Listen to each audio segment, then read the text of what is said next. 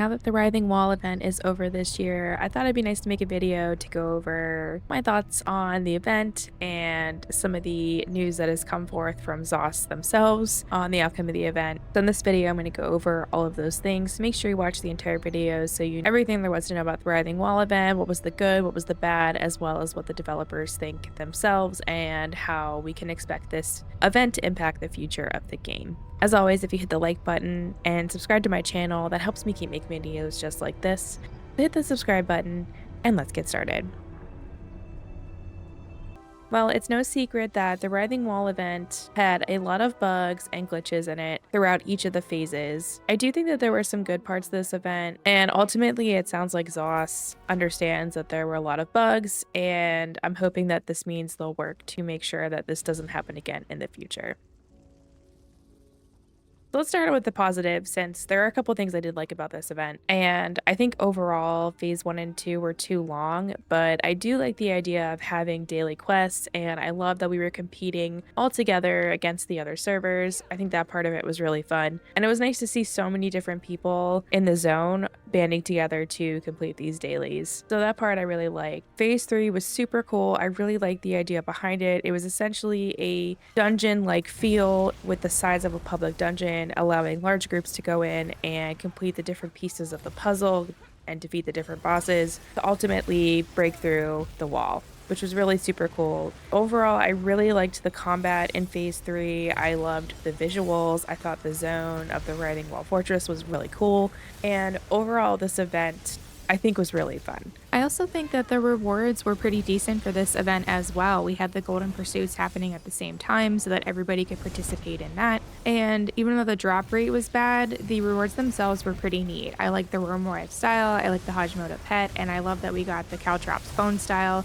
I think all of that was really cool in terms of the rewards you could get. Plus, a unique title for breaking down the wall was also very cool. I liked that there was something unique to the people participating in this event. I also really liked the furniture you could get from defeating bosses in the base game area related to this event. I'm still missing my matching sconce, but I'm hoping that you can still get the furniture from running these incursions in the future because it was some really nice items. And I like that they added the furniture drop to the bosses outside of the event, although I wish it would have dropped in maybe the coffers as well. And last but not least, I do really like that everybody could participate in this event, whether you had the content pass for 2025 or not. You could still go to Stirk Island and pick up the dailies, even if you just had the base game. So I love that they made this available for everyone, and I hope that's a common theme that we get for any future events like this. Next up, we have the bad, or things that I think they could improve on for future events. The first of which being how grindy the event felt. Especially in phase 1, I was spending upwards of 20 minutes plus trying to find the different animal farms. Everyone was competing to get the drops, and it was honestly just a mess. The souls are really glitchy. I know not everyone experienced this, but I experienced this myself, where I was having a hard time getting the vitrified souls to drop, and so I had to go make a special trip to Cold Harbor or one of the other delves or public dungeons. So it just made it feel extra grindy. It felt like it took a long time to get through the quests. And on top of that, there weren't really any good rewards in the blue boxes. They were far and few in between, and so it would have been nice to have better rewards to make that grind feel more worth it, or just not have it be grindy at all. I also would have liked to have seen a variety of quests. I think doing the same quest over and over and over was getting stale pretty fast. It would have been nice if they had different quests available on different days, or just a number of different quests similar to dailies where you get a different type of quest or type of boss with each quest instead of it just being the same over and over again. I do wish that phase 2 had some different quests. I think we could have had a world boss quest, which sounded like was intended, but there was a lot of glitching going on with the boss, and so they ultimately just took it out, which is disappointing because I think that would have made phase 2 a lot more fun. And I do wish that there were some different dailies to run instead of it just being different names for essentially the same thing. So phase 2 isn't essentially any different at all, except that the siege camps were happening more often. I also wish that there was a merchant at the siege camp site. I love that they had the tables there since crafting was one of the dailies, but having a merchant there would have been so nice, especially for players who don't have assistants, which are more likely to be newer players to the game, and just being able to sell all of the junk and treasures that you picked up from doing the siege camps, running into the creatures, etc. It just would have made a lot of sense since you could decon at the tables, but you couldn't sell or repair your gear. And then of course phase 3, even though the fight itself was really cool, the way they grouped people, the dungeon feel and a public dungeon size, the visuals, the bosses, everything about phase 3 was so cool. It was just so glitchy, nobody could enjoy it. They couldn't complete their quests, they couldn't defeat the bosses, and of course with it only being a week to get your title, that's really frustrating if you can't get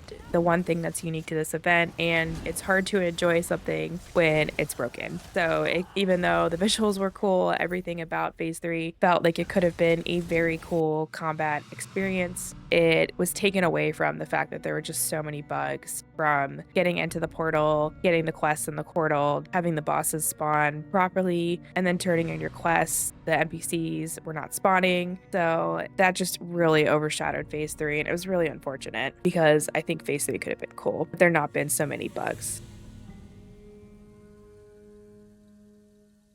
Now, that being said, the new ZOS game director did make a post in the forums essentially apologizing for the turnout of the event. Now, this is essentially unprecedented. I won't say that they haven't ever apologized before, but this was basically a blatant apology and admitting that the event wasn't as good as they wanted it to be and that they heard all the player feedback, meaning that it was too grindy, the rewards weren't good enough, and the glitches were really bad. And to make up for that, they're giving us 8,000 Seals of Endeavor as the day 1 login reward for December. Now, I don't know about you guys, but to me this means apology accepted. Even though the event was glitchy, I think this is a really nice way of saying, hey, we hear you, and here's something to make up for it. The fact that everybody gets the Seals of Endeavors, whether you own Solstice or not, whether you participate in the event or not, is really cool. And that's a decent chunk of change, several months worth of endeavors that you would have to build up on your own. So that's nothing to snuff at. I think it's also nice to see that the game director was just honest about how the event didn't go as planned and that it wasn't really great, that there were so many issues with it. It sounds like in the future they really want to make sure that they address this, and they're even going to bring back the Writhing Fortress in 2026 once they can work out the bugs and make sure that it's a good experience for everybody. He did say that they thought about extending the event, but were worried that this would just introduce more bugs, which is slightly concerning that that's an issue, but whatever, at least they're admitting it, and they're going to be rectifying this with players by having the Writhing Fortress come back in 2026. So if you're glitching out, if you can't get your title, it's okay, you're still gonna have a chance to get it later next year. So I thought this was overall probably one of the best responses we've ever gotten from ZOS in terms of player feedback, their listening. This just gives me so much hope for the game. I think I've always been slightly more optimistic than a lot of other players and YouTubers about the game in general, but this to me is saying that they care about the game, they care about the players, and they want to make it better. So I'm glad to see that they are trying something new. I know even though this event was so buggy, I think one of the best takeaways we can take from this event is that they are willing to try things, and if they don't go well, they will own it. And if it does go well, then hopefully that's something we can see more of in the future. Let me know what you guys thought about the global event. What were the biggest pain points? What were your favorite parts about it? In the comments below. I love hearing from you guys, and I'm curious to see what the rest of the community thinks about this event and what you are looking forward to seeing in the future. That's all I have for you guys in this video. We'll keep it short and sweet on this one since it's just a review and an update to let you know, mostly to log in on December 1st to get your 8,000 Seals of Endeavors. I'm also excited to see what's going to be coming up next year. It sounds like we have a lot of good things coming. The Hearts event, new quests for the New Life festivals this December. So a lot of good things coming to the Elder Scrolls Online. Even if they're tiny, I think we're starting to see some improvements. I want to give a shout out to my members. Thank you so much for supporting my channel. I really appreciate the extra support. And to anyone who has liked my videos or subscribed to my channel, thank you so much. Every little bit helps. I also go live on Saturdays, so you can catch me on Twitch and YouTube there. Thanks again for watching, and I'll see you in the next video.